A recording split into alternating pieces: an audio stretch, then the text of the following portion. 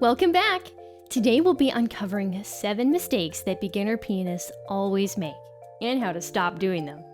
Make sure to stick around to the end of the video as I'll be sharing the most common mistakes last. Let's jump in. Want to stay in the loop? Hit that subscribe button and click the bell for notifications. Mistake number 1, not learning the fundamentals. Most beginner pianists want to jump right in with learning their favorite songs on the piano. Well, this is great. It's not the only aspect of learning music. If you're serious about piano, take some time each day to learn a little bit about music theory, note reading, sight reading, and ear training. Developing your skills in these areas will make learning piano much easier and more fun. For example, if you know a little bit of music theory, you can quickly identify chords and intervals and recognize time signatures and key signatures. If music is a language, then theory would be called the grammar of music. Note reading is learning what each note looks like on the grand staff, and this powerful skill will help you read sheet music much faster and easier. Sight reading is playing a song you've never played before from start to finish. This really tests your note reading abilities. Ear training helps you listen to music and identify pitches, intervals, chords, rhythms, and melodies with your ears. If you consistently practice each of these skills for even 5 to 10 minutes a day, you'll make amazing progress. Mistake number 2, only practicing the easy parts of a song. Have you ever been learning a song and noticed that the beginning sounds way better than the end? There's a reason why that's been happening. Almost everyone wants to practice the song from beginning to end every time, and it's natural for us to gravitate towards the part of the song we already know well, which typically is the beginning. To fix this issue, start out your practice time by working on the trouble spots in the song first. If you work diligently on these hard sections, they'll soon become much easier, and the whole song will sound great from beginning to end. Mistake number 3, incorrect hand position. How you hold your hands while you play has a huge impact on the quality and comfort of your playing. Incorrect hand posture makes playing certain notes uncomfortable and can lead to tension and strain. Ooh. If you can fix your hand position issues, you'll notice an amazing difference right away. To start, place your hands on your knees, letting your fingers curl gently over your kneecap. Pick up your hands and notice the natural curve your hand has at rest. This is how your hand should be on the piano. Now, place your hands on the keyboard. Make sure you're playing the notes with the tips of your fingers to maintain the rounded shape. Use the outside edge of your thumb to hit the keys. Also, don't play the very edge of the white keys. You'll have better control if you play about halfway up. Make sure your fingernails are kept short.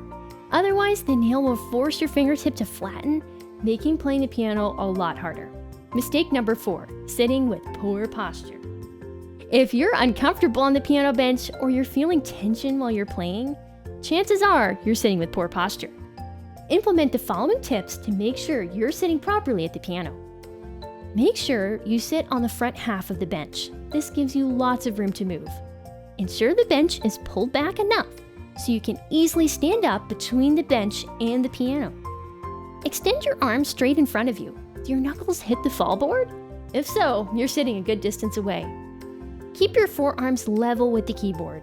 If your forearms are too high or too low, that means your bench may need to be lowered or raised. Place your feet flat on the floor. If your feet can't touch the floor, simply rest them on a footstool. If you need to play higher or lower on the keyboard, simply lean over to one side. Don't scoot around on the bench. Mistake number 5, playing too fast.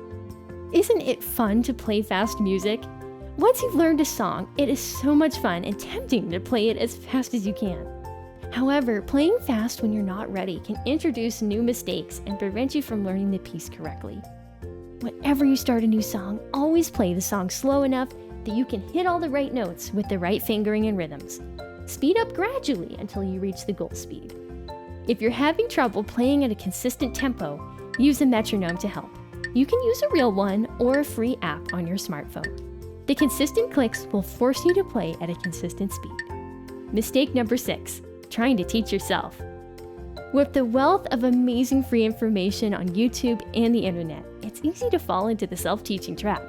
Although you can learn a lot about piano from videos and tutorials, the only way you'll truly see consistent improvements in your playing is to have weekly private lessons with a good piano teacher. A good teacher will encourage you when you're struggling, challenge you to improve and point out mistakes you may never have noticed on your own. Most piano teachers have been playing for years and have taught countless students, and they'll be able to take your playing to the next level a lot faster than you can do alone. Mistake number 7, not practicing consistently. Even if you're doing all the right things, if you don't practice consistently, you'll never make progress in piano. Learning piano is like building with bricks. Small chunks of practice will accumulate over time to make something amazing. Have you been trying to cram your piano practice into 1 or 2 long sessions a week? Unfortunately, you won't make progress very fast that way. Your brain remembers information better in smaller chunks. Even if you can only commit to 10 minutes of practice a day, that's better than nothing. Don't be afraid to start small. If you're really busy, split your practice time into 2 or 3 mini sessions at different times of the day. Be creative and you'll definitely find time to practice. Now that we've covered all 7 beginner piano mistakes, did you catch yourself doing any of them? If so, don't worry, everyone has been guilty of them. Since you know how to fix these issues now, your piano playing should be getting better each day. Drop me a comment below if you have any questions. And before you go, make sure to subscribe so you don't miss any exciting new videos. Happy piano playing!